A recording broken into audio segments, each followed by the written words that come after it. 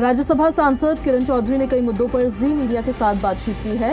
Hisar airport को लेकर कांग्रेस के आरोपों पर कहा कि उनके पास बोलने के लिए कुछ नहीं है, वो लोग धरातल पर खोखले हो चुके हैं। साथ ही किरण चौधरी ने प्रधानमंत्री मोदी की जमकर तारीफ की है।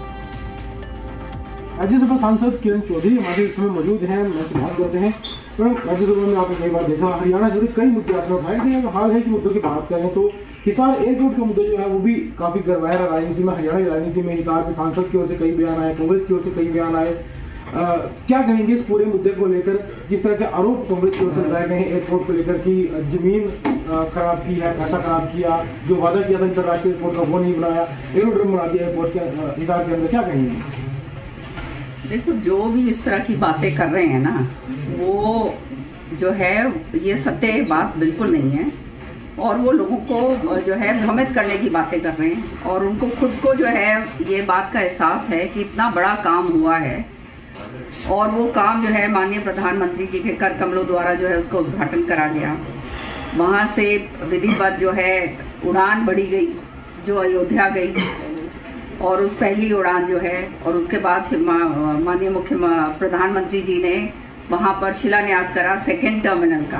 पहला टर्मिनल तो जो है शुरुआत हो ही चुकी थी, सेकंड टर्मिनल जो है उन्होंने वहाँ से वो करी और इसका जो है सारा क्रियान्वित तरीके से पूरा का पूरा कार्यक्रम करा गया। अब ये राजनीतिक लोग जो हैं, इनके पास कोई धरातल पे कोई चीज़ तो रह नहीं गई, नीचे से बिल्कुल ये खोखले हो चुके हैं। धरातल पे सारी जनता देख रही है इनका तमाशा, कांग्रेस का तो आप देख ही रहे हो।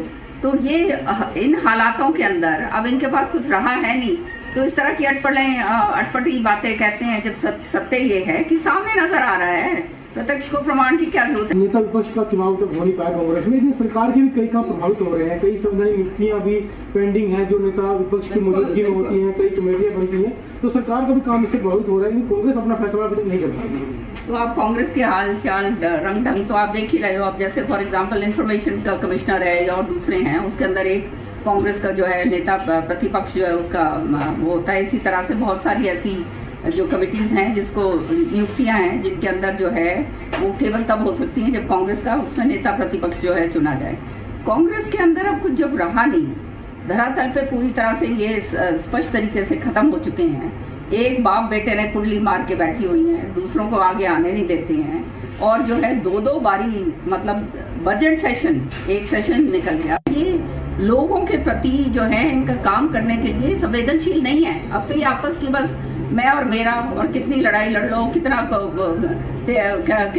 लूट खसोड़ कर लो, उस चक्कर के अंदर हैं ये शुरू से रहे हैं। जी में एक आखिरी सवाल है वक्फ बोर्ड को लेकर कि राज्यसभा में आया, सब सांसदों ने अपने विचार रखे, लेकिन अब विवाद बहुत बढ़ गया है। बंगाल में जो है दंगे बहुत बढ़ गए हैं इस समय, कलकत्ता कई शहर जो है दंगे में इस समय जल रहे हैं। इस वक्फ बोर्ड को लेकर लगातार वापस की मांग की जा रही है एक समुदाय की ओर से।